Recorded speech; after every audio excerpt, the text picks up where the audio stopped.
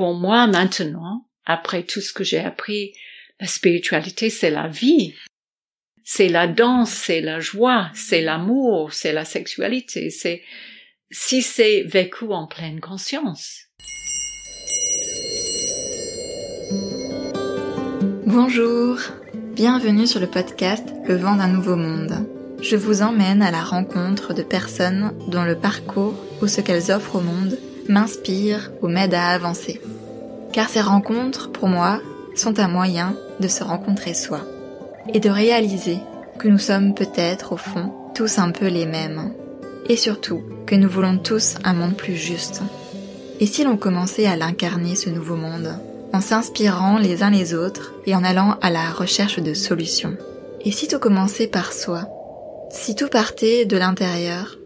Je crois que si l'on arrive ensemble à faire taire nos peurs et à suivre un peu plus notre cœur, nous ferons changer bien des choses.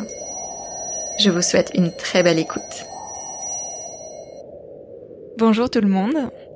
Alors comme vous le savez, je vous présente dans ces premières interviews des personnes de mon entourage qui m'ont accompagnée et particulièrement inspirée sur mon chemin. Je suis ravie de vous présenter aujourd'hui Marie que j'ai rencontrée il y a 2 ans exactement en me baladant près d'un petit lac alors que je venais tout juste d'arriver en Dordogne. Marie est thérapeute, artiste peintre, organisatrice de stages de peinture spontanée, entre autres, car à 70 ans, elle a une longue vie d'expérimentation derrière elle. Aujourd'hui, Marie nous partage sa quête de justice et de vérité et son cheminement pour trouver le sens de la vie.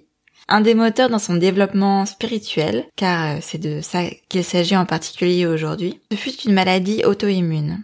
Un retour d'expérience qui nous incite à changer de perspective et à voir la maladie sous un autre angle. Nous revenons aussi grâce à elle sur une période de l'histoire fascinante qui ressemble sur certains points à ce que nous vivons aujourd'hui, les années 60. Je vous propose donc un voyage dans le temps, mais aussi hors de nos frontières françaises, et une incursion dans une maison de campagne, parce que vous entendrez parfois des oiseaux, le chien qui fait bouger la table en remuant la queue, ou encore un âne qui se joint également à cet enregistrement. Coucou Marie. Hello. Je suis vraiment super heureuse que tu aies accepté cette interview, donc merci beaucoup. Avant de parler d'art, thérapie, etc., j'aimerais qu'on apprenne à te connaître un petit peu, donc que tu nous partages un petit peu sur ton parcours et ton cheminement, disons, extérieur et intérieur. Pour commencer, est-ce que tu pourrais te présenter? Ok, je suis anglaise d'origine et je suis née 6 ans après la guerre. Je dis ça parce que je suis née dans les années 50 et mes 2 parents avaient vécu différentes expériences pendant la guerre qui les ont marquées et qui ont influencé, je pense, l'atmosphère de mon enfance. J'ai quitté l'Angleterre quand j'ai rencontré mon mari Daniel, qui est suisse et qui est musicien, et j'ai vécu en France depuis 30 ans. Donc moi, ce que j'aime bien pour apprendre vraiment à connaître quelqu'un, c'est de revenir à la période de l'enfance. Oui. Oui, ça te va? Avec grand plaisir, Oui. Avec grand plaisir. Alors, est-ce que tu pourrais nous dire comment était la petite Marie? Qu'est-ce que tu aimais faire? Ok, je pense que une chose que j'apprécie énormément, c'est que quand on était enfant, on avait beaucoup de liberté, dans le sens que peut-être les parents avaient moins de peur. Donc, on faisait beaucoup de choses dans la nature. On marchait pendant des kilomètres, on explorait les alentours, les maisons qui étaient en train de être construites. Il y avait pas loin de chez nous un château avec des douves. Et puis, on passait notre temps à pêcher des grenouilles et de avoir des pieds toujours mouillés. C'est l'Angleterre aussi. C'était l'Angleterre et d'être vraiment, j'ai adoré la nature. Et est-ce que tu peignais déjà? Est-ce que tu dessinais? Est-ce que tu avais une attirance pour ça? Non, je dessinais beaucoup quand j'étais jeune. Et je pense que en allant à Londres une fois, on a vu quelqu'un dessiner avec des crayons sur le trottoir. Et je me souviens d'un été où j'ai dessiné sur les pavés autour de la maison des papillons. Et donc, après, je réalise quel symbolisme, mais que personne n'a vraiment compris que c'était bien bon pour moi. Tu comprends, Parce que c'est vrai qu'actuellement, les enfants, en général, on leur donne très facilement du papier, des crayons. Est-ce qu'à l'époque, c'était déjà le cas? Si, on avait des leçons d'art quand j'étais à l'école primaire. C'était l'époque où beaucoup de gens de ma génération pouvaient accéder ou aller à l'université. Et mes parents avaient envie, c'était super de leur part qu'on puisse aller à l'université.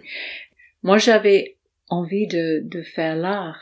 Ah, donc quand même déjà à l'époque c'était vraiment présent. J'avais vraiment envie d'aller dans une école d'art, mais mes parents ont dit on va jamais gagner de sa vie avec de l'art, et puis en plus certains artistes sont devenus fous, et puis ça serait mieux de être prof ou de faire quelque chose ou être secrétaire, etc. Et donc j'ai fait du latin que j'ai détesté au lieu de faire de Ok, mais finalement, bon, beaucoup plus tard, t'as pu y revenir, donc ça, c'est. Et peut-être c'était bien. Peut-être c'était c'était bien que c'était mon parcours. C'était bien, peut-être. Et tu parlais du symbolisme du papillon. Tu peux nous dire ce que c'est comme symbolisme? Oui, c'est le papillon. C'est d'abord le chenille, après qui va dans un cocon. Et après, ça devient le papillon. Et c'est souvent un symbole de la transformation, de quelque chose de très délicat, de très beau, qui vole dans l'air. Et ça peut aussi être lié avec la spiritualité. Donc, moi, je pense à l'âge de l'adolescence. Moi, je commençais, ou même avant ça, de me poser beaucoup de questions. Quel est le sens de la vie? Ah oui, déjà si jeune, ok. Déjà à 13 ans. Ah oui. Mais parce que, en regardant en arrière, je pense que ma mère était assez déprimée et que j'ai dû sentir ça. Où il y avait des choses qui n'allaient pas entre mes parents. Et puis, beaucoup plus tard, je réalisais à quel point j'étais sensible et j'ai dû capter tout ce qui était non dit. Au même temps, il y avait tout ce qui se passait dans les années 60, la musique, les Beatles, toute cette musique que j'étais tellement inspirée. Il y avait... Donc là, c'était ton adolescence à cette période, ça, c'était mon adolescence. Okay. Il y avait aussi des choses qui m'ont beaucoup secouée, comme la guerre au Vietnam, la famine au Biafra.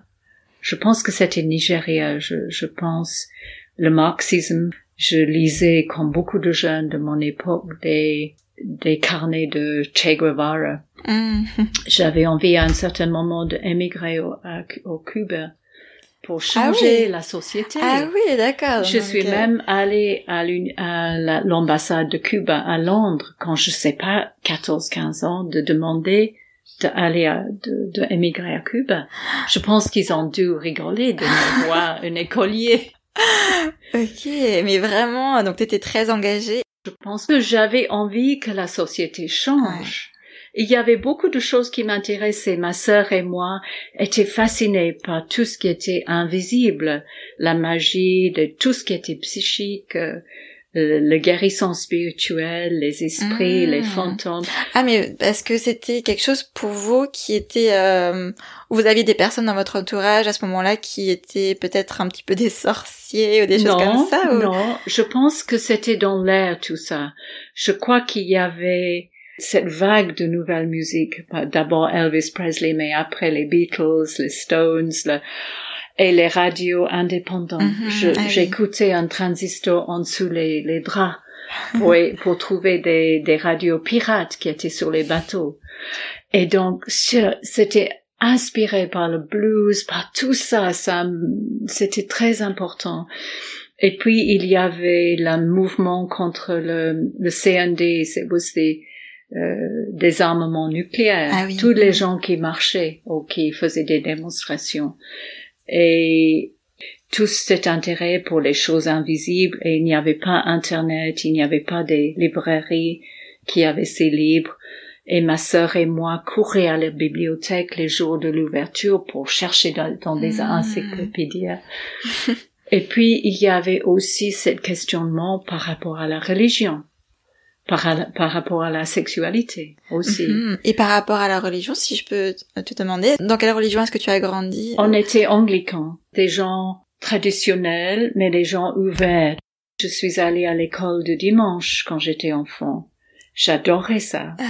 C'est-à-dire, qu'est-ce que c'est l'école du dimanche? L'école où on apprenait les évangiles et les histoires de Jésus. Mes parents nous donnaient de l'argent pour mettre dans la collecte de l'église. Mais nous sommes allés très souvent dans un petit magasin de bonbons. Et on allait à l'église et on riait beaucoup entre nous quand les gens chantaient faux. Donc tout ça, c'était mélangé, tout ça. Mais en tout cas, avec finalement les religions, j'ai l'impression que c'était vraiment associé aussi à beaucoup de joie.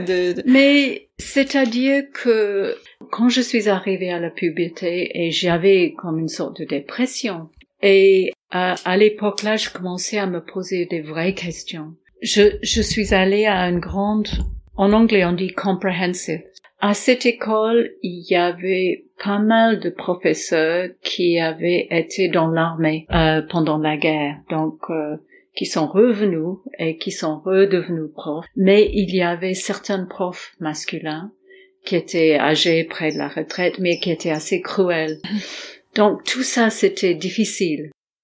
Moi, j'avais une rage en moi contre ces injustices. Et donc, je suis devenue très rebelle.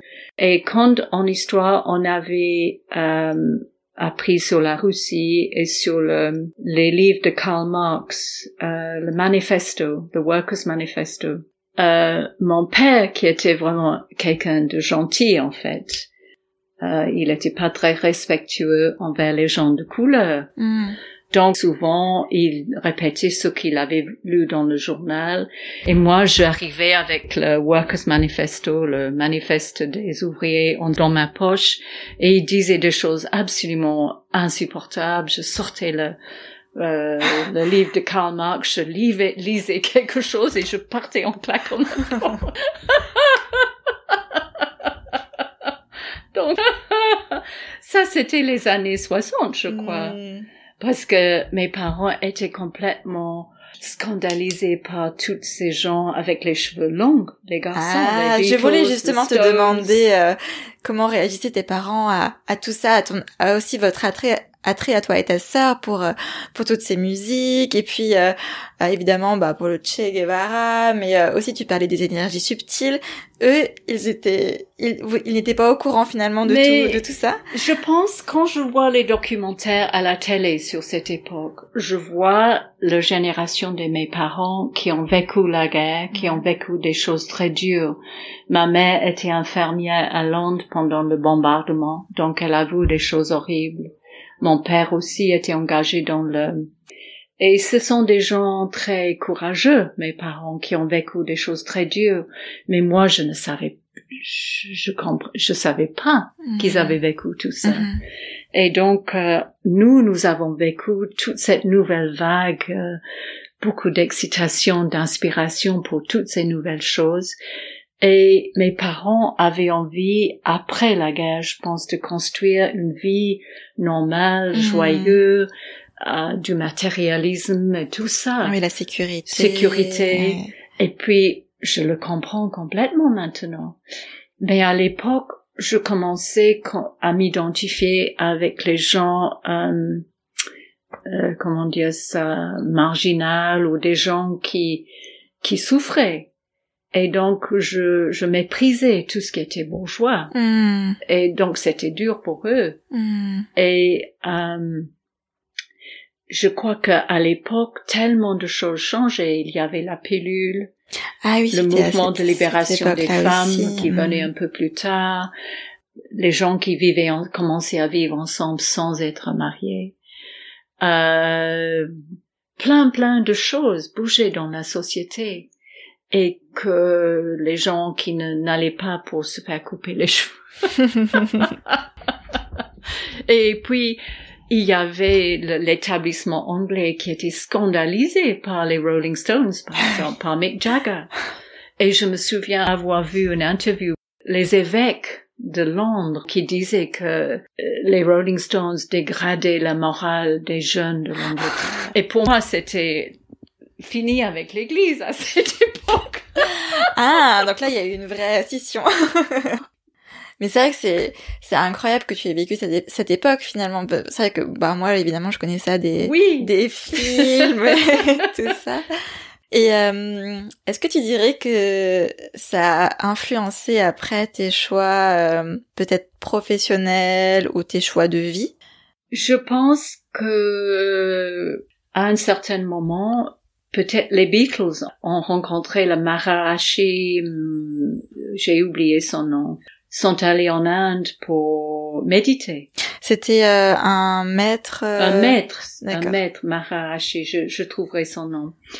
Et il y avait, quand j'étais toujours au collège, je pense, ou au lycée, beaucoup de gens qui partaient en Inde avec le stop, dans des voitures, dans des bus, des gens qui partaient, énormément de gens de ma génération qui partaient en Inde pour trouver la vérité. Et quand je pense à la génération de mon fils, qui sont sérieux par rapport à la carrière, etc., ça, c'était notre époque. J'aurais pas vu les choses comme ça. Ben oui. Ok. Et toi, ça te faisait envie? Oui. J'avais envie d'aller en Inde. Okay. Et puis, je suis pas allée. Pourquoi? Est-ce que... Je crois que c'était vraiment lié avec cette sensation de déprime que j'avais. À cette époque-là, il y avait beaucoup de conflits à la maison. Et quand j'avais 14 ou 15 ans, je regardais dans le miroir un jour et je voyais qu'il y avait des morceaux de cheveux qui manquaient. Et après, pendant une année, j'ai perdu les cheveux. Tous les cheveux, qui étaient vraiment, à cette époque, assez choquants pour moi, parce que j'étais une jeune adolescente de 15 ans, et l'apparence, les cheveux étaient très importants. Mais, je commençais à sentir beaucoup de tristesse à cause de ça. Et avant, j'avais l'impression de plus rien sentir. Ah bon?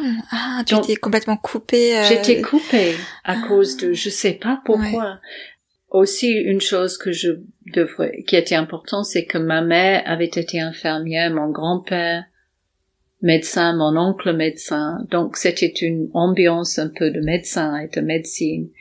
Et ce que j'avais, c'est une maladie auto-immune. Il n'y a pas de cure. D'accord. Il n'y a pas de médical. Donc, c'est ça qui m'a mis sur le chemin de chercher dans les médecines alternatives. Parce que quand tu as commencé à perdre tes cheveux, oui, tu es allé de médecin en médecin pour comprendre ce qui t'est arrivé. Oui. Et puis, c'était vraiment déprimant parce que personne avait des réponses. Mais ma sœur, à l'époque, qui est adorable, elle avait écrit à une guérisseuse spirituelle qui envoyait les soins à distance. Déjà à cette époque. Ok. C'est incroyable qu'elle a fait ça. Je sais pas qu'est-ce qui s'est passé mais j'avais décidé que je devais quitter la maison. Donc, je me suis mis vraiment à étudier, beaucoup pour passer les examens qui m'a permis d'aller à l'université. Et ça, c'était vraiment un issue pour moi, de sortir de cet environnement difficile à la maison. Et puis, je crois que ça a influencé mes choix de direction, si tu veux. J'avais étudié les lettres. Et donc, c'était très inspirant. J'adorais, je lisais énormément quand j'étais jeune. C'était une échappatoire, je crois. Et puis, à l'université, j'ai découvert les livres de D.H. Lawrence. Ce qui était si intéressant dans ces livres, c'est que il parlait d'une sorte de force de vie qui était dans la sexualité et dans ses descriptions de la nature. Et ça m'a beaucoup touché, tout ce qui était dans ses écrits, qui m'a mené ensuite à une recherche dans les thérapies, etc. C'était presque religieux aussi, spirituel, sa façon de décrire la passion, la nature et tout. Pour revenir à ta maladie, donc tu disais que tu avais ensuite été à la recherche de beaucoup finalement de thérapeutes, de thérapies alternatives. Oui. Est-ce que ça t'a aidé? Je pense que c'était, maintenant quand je parle de cette maladie, je le vois comme cadeau, comme don. Parce que je pense que ça m'a mis sur un chemin de recherche. Et je crois que dans la vie, on attire vers nous des circonstances ou des événements qui sont précisément ce dont nous avons besoin pour évoluer. Je le vois comme ça. Et j'ai beaucoup de gratitude parce que ça m'a permis de trouver une résilience, une foi, et d'avoir trouvé un chemin qui m'a beaucoup aidé, ou que j'ai pu après ensuite aider les autres. C'est peut-être difficile de répondre, mais est-ce que tu pourrais nous décrire un petit peu ce chemin dont tu parles? Après, on peut peut-être commencer, je sais pas, par ordre chronologique aussi. Donc, tu disais que tu étais partie à l'université. Oui, je suis partie à l'université qui était très intéressant sur plein de niveaux. C'était 69 jusqu'au 73. Et donc, ça venait juste après toutes les émeutes à Paris. Et donc, il y avait des grèves à l'université, des actions militantes. Aussi en Angleterre? En Angleterre. Ah. Donc, c'était... j'étais socialiste ou vraiment très passionnée par tout ça, de défendre les droits des pauvres et etc. Après l'université, je savais pas trop quoi faire, mais je suis allée à Londres et j'ai enseigné pendant plusieurs années l'anglais. Et en plus, j'ai commencé à pratiquer le yoga pour m'aider à me détendre, ou parce que c'était les gens faisaient le yoga. J'allais demander, est-ce qu'à l'époque c'était connu le yoga? Beaucoup moins que maintenant. Il y a une explosion de toutes ces choses maintenant. Mais ça a commencé. Donc j'ai commencé à faire le yoga qui m'a passionnée, et puis j'étais toujours en train de chercher un sens. Je disais, à quoi ça sert d'être prof toute ma vie? Même si j'aimais ça. Mais, et donc, je suis allée, à cause des amis que j'avais, je suis allée en Californie pendant une année, inspirée aussi par le mouvement hippie, mais une amie qui était prof de yoga. Et je suis allée faire une formation de yoga Iyengar pendant la première partie pendant une année. Ah, d'accord, ok. Et j'étais vraiment à fond dans le yoga pendant peut-être 8 ou 9 ans. Et en Californie, c'était très intéressant parce qu'il y avait toutes ces nouvelles thérapies, transport personnel et plein de choses intéressantes. Donc j'ai fait beaucoup de choses. J'ai écouté Elizabeth Kubler-Ross, le médecin suisse qui avait beaucoup transformé l'attitude envers la mort. D'accord. Ram Dass, c'est un grand gourou aussi. Ah oui. Je me souviens plus de choses. Et puis j'ai travaillé dans un restaurant végétarien. J'ai travaillé sur un journal de yoga pour gagner mes sous, et j'ai fait toute cette formation en yoga qui était très intéressant pour moi. Et puis j'ai décidé, parce qu'un jour dans le restaurant, il y avait un inspecteur de quelque chose qui est venu, qui m'a fait vraiment peur parce que j'avais dépassé mon visa Je n'avais pas de carte verte pour rester aux États-Unis. Et puis je suis retournée à Londres. En revenant à Londres, j'ai réalisé qu'il y avait certains Américains à Londres qui sont venus. Londres, pour moi, à ce moment-là, bouillonnait c'était très inspirant, excitant, beaucoup de nouvelles thérapies, approches qui pouvaient aider. C'était le début du mouvement de développement personnel, si tu veux. Ou peut-être ça existait avant que je connaissais pas. Et aussi, il y avait beaucoup de gourous qui venaient. Il y avait des soufis, des tibétains, et tout le monde était à la recherche de gourous. On pouvait aller voir beaucoup de conférences. Et donc, moi, j'ai vu et écouté beaucoup de choses. Et je pensais à l'époque et j'ai commencé à non seulement faire ma propre thérapie, mais aussi après pas longtemps, j'ai fait des formations en massage intuitif et en psychothérapie. Et aussi, j'étais en train de chercher un gourou. Parce que je pensais que tout le monde faisait ça. D'accord. Ok. Et après un certain temps, après peut-être 1 ou 2 ans, énormément de gens que je connaissais partaient en Inde pour être avec Osho, ou à l'époque il s'appelait Rajneesh. Et c'était le gourou où les gens qui le suivaient portaient que l'orange, les vêtements orange et son image. Ils avaient un pendentif avec l'image. Avec son image. D'accord. Le mâle. Et mon copain est parti, ma meilleure amie, tous mes amis, ma sœur aussi. Ah bon? Et puis, j'étais très sérieuse. Je pesais tout. Pour moi, c'était un thème qui a toujours été important dans ma vie. Qu'est-ce qui est le vrai chemin pour moi? Qu'est-ce qui est bon pour moi? J'ai décidé de pas aller à Pune. Mais mes amis revenaient habillés en orange en me disant, on peut plus vraiment parler avec toi parce que tu comprends pas. Ah, vraiment? Tu n'as pas de gourou. Ouh. Tu sais pas qu'est-ce que c'est d'avoir un maître. Et toi, comment tu l'as vécu, ça? J'étais blessée, mais quand je voyais qu'il avait 96 Rolls-Royce. Oh, d'accord. Ça, c'était quelque chose qui était connu, à l'époque.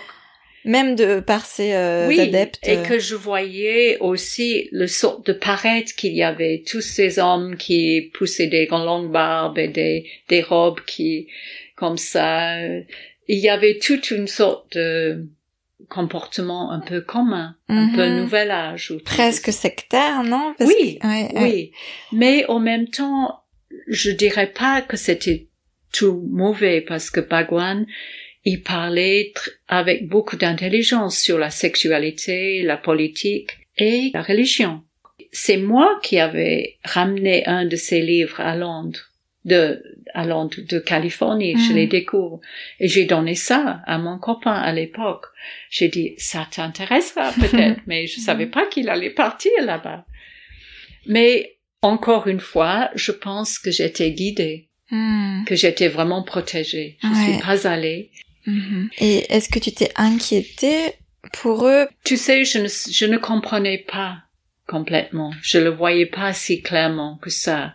Maintenant, dans les années après tout ça, il y a énormément de choses qui sont sorties parce que Bhagwan à une certaine époque a quitté Inde et il est allé s'installer en Oregon. Et il y a une série sur Netflix qui s'appelle Wild Wild Country, qui est fascinant sur comment tout ça se défait. D'accord. Ils ont construit une commune extraordinaire dans 4 ans, mais il y avait tellement de corruption et de choses, ça s'est complètement mal tourné. On a compris beaucoup de choses après. Mais à l'époque, moi, je sentais que peut-être j'étais un peu trop rigide ou j'étais un peu trop, je n'osais pas mais en même temps, je sentais que c'était bon pour moi. Ça n'a pas dû être simple, hein, de les voir tous partir et toi de rester centré, de t'écouter. Mais j'avais d'autres amis qui ont commencé à aller dans des conférences des Tibétains parce qu'il y avait certains lamas tibétains qui sont revenus à Londres. Par exemple, il y avait Chimi Rinpoche il y avait Trungpa qui est allé en Écosse et Akong Rinpoche en Écosse. Ces 3 personnes qui sont venues en Angleterre, qui ont traversé les Himalayas avec rien.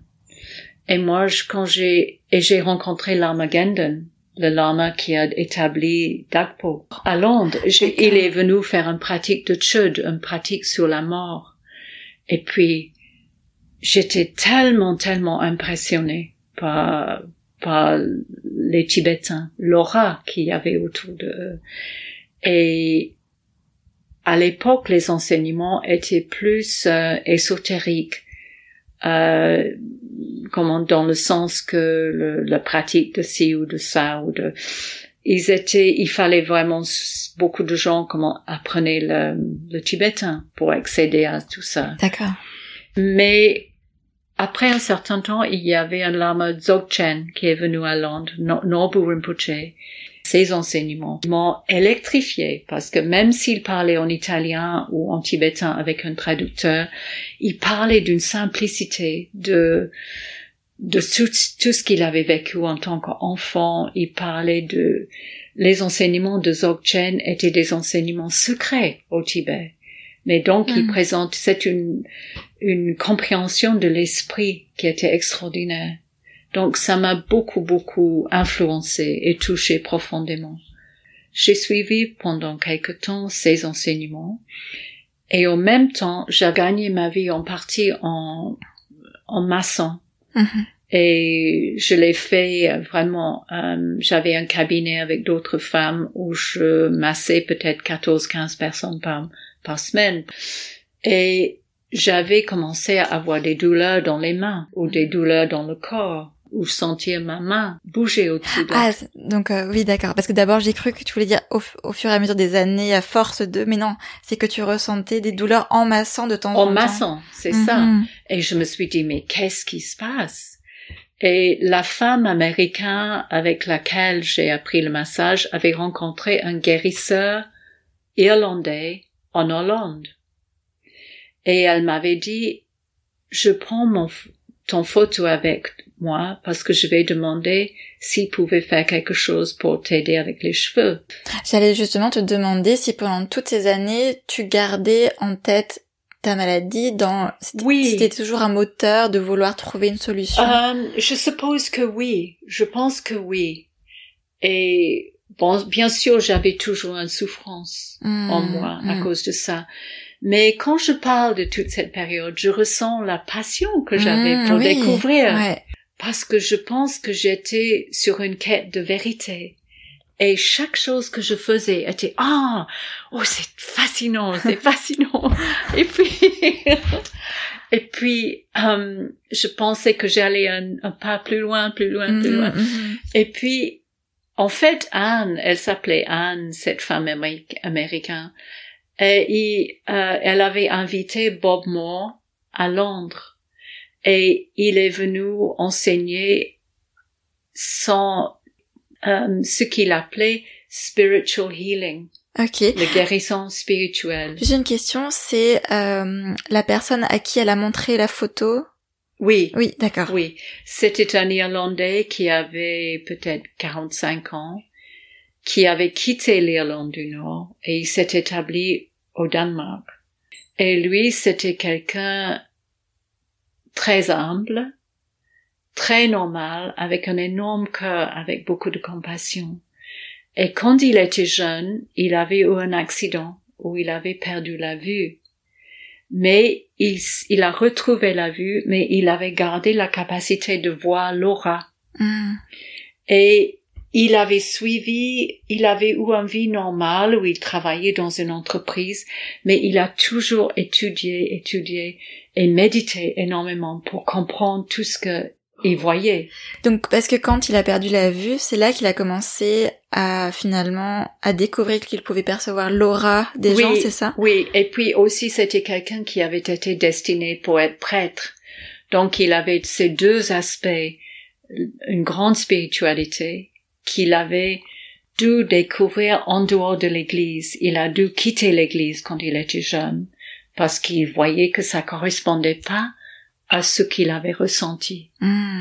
Donc et quand il avait fait un stage, il a parlé de l'anatomie subtile, de l'aura, de la connexion entre le corps physique et l'aspect ou la dimension spirituelle, tous les différentes couches de l'aura. Mm-hmm. Donc, quand je l'ai écouté, moi, j'étais complètement sidérée par ce qu'il disait. Et comme si quelqu'un m'avait tapé, c'est comme dans des dessins animés quand quelqu'un tape un autre sur la tête avec une casserole, comme si j'avais des étoiles autour de ma tête. Et puis j'ai dit, mais c'est ça que j'ai cherché. Ah, vraiment? Ça ne te paraissait pas bizarre? Non. Rien du tout? Non, parce que, tu sais, quand je te parle, je réalisais qu'il y avait énormément de différents fils dans ma vie qui m'intéressaient. Et que je lisais beaucoup de livres spirituels quand j'étais jeune aussi, qui parlaient de gens qui pouvaient devenir canal ou qui pouvaient de l'aura. Ça existait en Angleterre, tout ça. Et donc, quand je suis allée voir Bob, je pense que déjà, je réalisais en écoutant les enseignements de Bhagwan, qu'il y avait un lien entre la sexualité, la spiritualité et la politique. Et donc, avec Bob Moore, je réalisais la spiritualité n'était pas quelque chose divorcé de nous. Ça faisait partie de nous. Pas quelque chose de séparé, mais quelque chose... C'était pas séparé. Et nous étions des êtres physiques, mais avec ces dimensions non physiques. Et donc, je pense que j'étais sur un nuage, vraiment, j'étais remplie de joie. Et aussi, ça rejoignait ce que j'avais appris avec les Tibétains aussi. Et que je continuais pour un certain temps avec des enseignements tibétains, parce que c'était passionnant. Aussi, avec Nombu. Mais aussi avec Bob Moore, parce que ce qu'il disait dans son enseignement, ça me parlait à mes besoins, à mes problèmes. Donc, j'ai choisi à un certain moment de continuer d'étudier avec Bob, parce que je pouvais pas faire toutes ces pratiques. À l'époque, j'étais très naïve, je pensais, je vais étudier avec Bob pendant 2 ans. Je développe la capacité de voir l'aura, et après j'utilise mon argent pour aller en vacances. En vacances? Tu voulais aller en vacances où, tu te souviens? Je sais pas, mais je dépensais tout mon argent sur les stages de développement personnel, toutes les formations que je faisais, et je achetais pas beaucoup de vêtements, je partais pas vraiment en vacances. Mais je suis restée 20 ans avec lui. Et je continue de faire ces pratiques. Tout ça, c'était la rencontre le plus importante de ma vie, je crois. C'était quelqu'un qui m'a énormément aidé. Je pense que je serais pas là si je l'avais pas rencontré. Et quelqu'un d'extrêmement inspirant. Je parle beaucoup. Merci. Raphaël, merci. C'est magnifique tout ce que tu partages, je trouve. Et puis c'est vrai que on sent, voilà, à travers tes émotions aussi, combien c'était une rencontre, par exemple, incroyable. Et moi, je trouve ça fascinant. Et est-ce que tu saurais nous dire un petit peu, par exemple, certaines choses qui, concrètement, que tu as apprises dans son enseignement, dans son enseignement, ou oui. Ok, on a appris avec lui, avec les mains, de ressentir les différentes couches de l'aura. Aussi de travailler avec les mains, ou d'utiliser ça. Donc ça m'a beaucoup aidé dans ma pratique de massage. Et aussi, j'ai continué de travailler avec les soins. Je pense qu'il y a 2 choses qui sont importantes. C'est que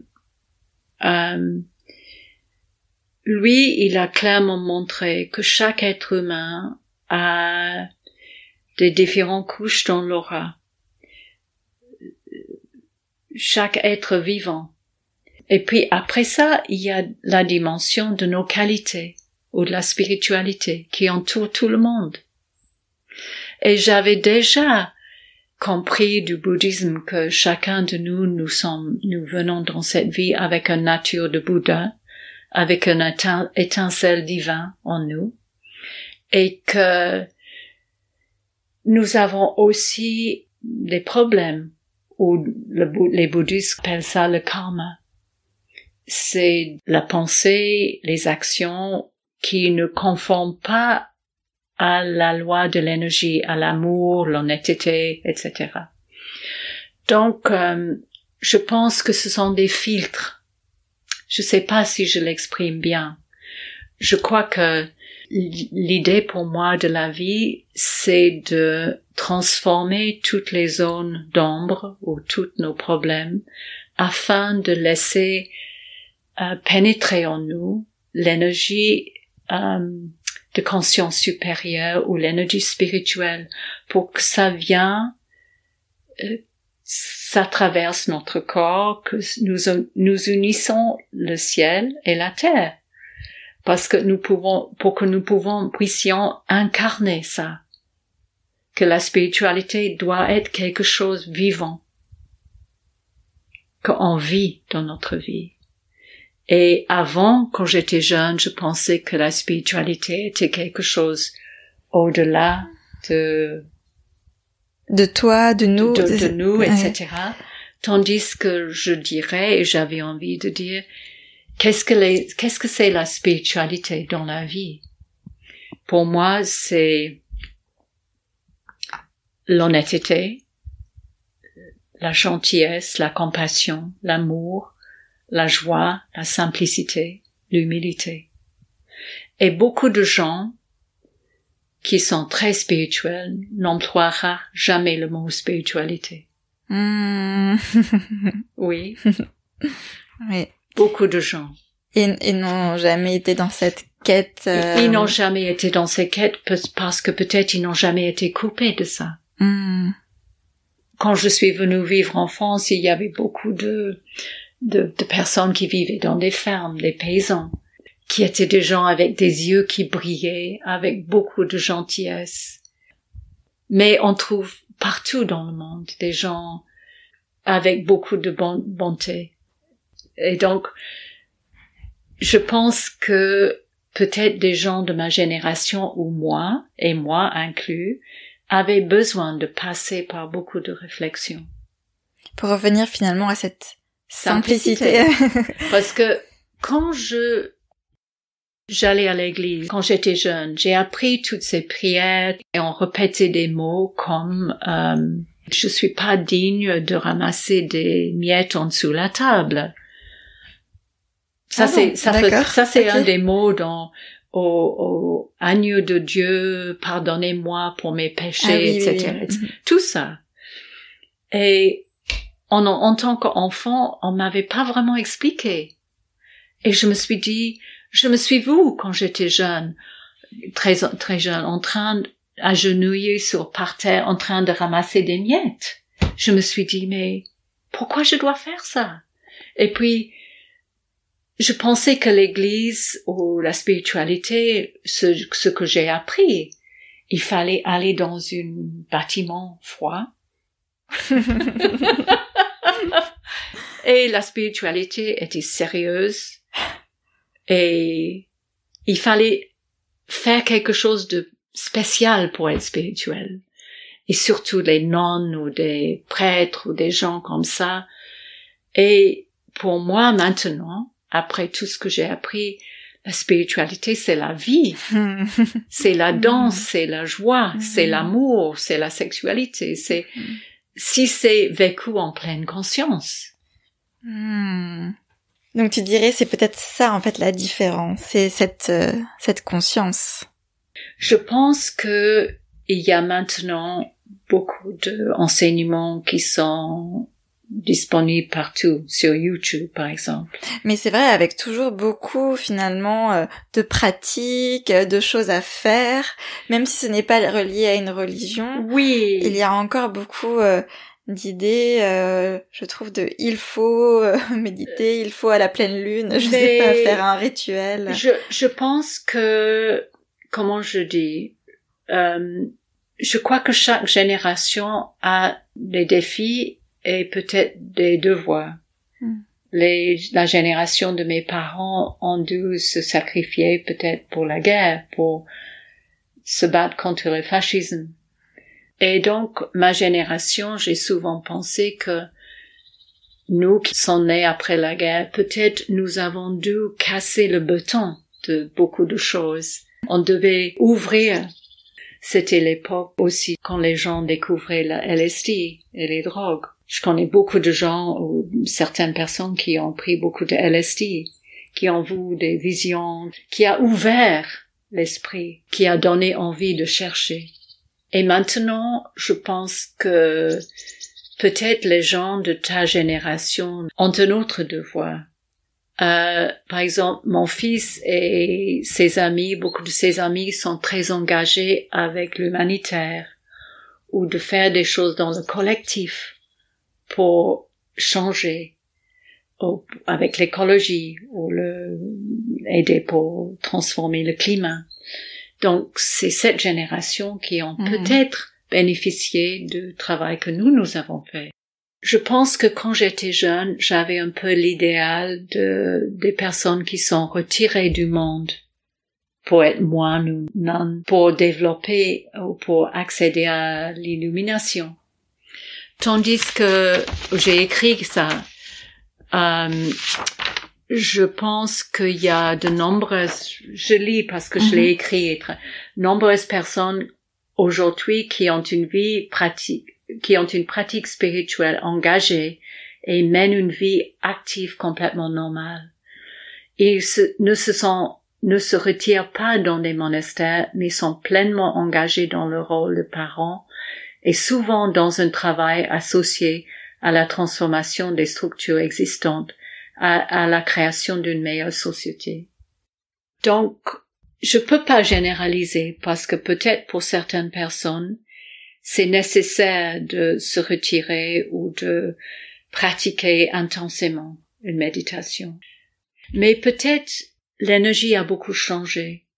Il y a des gens qui disent qu'il y a énormément d'énergie spirituelle qui entre dans l'atmosphère autour de la Terre, qui fait que il y a une vibration plus élevée, qui a un effet sur le troisième œil, qui fait remonter à la surface beaucoup de choses enfouies. Donc on vit une époque très très intense. Et aussi une autre chose que j'ai pas mentionnée jusqu'à maintenant, c'est que même il y a 40 ans, il y avait beaucoup de prédictions, prophéties, que il allait avoir un énorme changement qui venait. Moi, je savais ça depuis longtemps. Et qui viendrait quand? Et il disait... Beaucoup de gens pensaient que c'était au changement du siècle, à 2000. Mais on savait, on allait vers une grande transformation. Des Tibétains parlaient de l'âge de Kali Yuga, l'âge they called it Dark Ages, les âges sombres. Ils ont dit qu'il y allait avoir beaucoup de réfugiés, beaucoup de gens, et aussi beaucoup de perturbations de climat. Et j'avais toujours senti qu'il allait venir un âge où on pouvait pas voyager. Ah oui? Oui, j'ai toujours senti ça. D'accord. Et est-ce que c'était quelque chose alors qui t'a inquiété quand tu pensais à tout cela, ou est-ce que tu étais justement plutôt sereine? À l'époque, j'étais un peu excitée parce que je pensais que le monde devait changer et que ça allait venir et changer tous ces gens qui qui étaient bloqués dans des choses.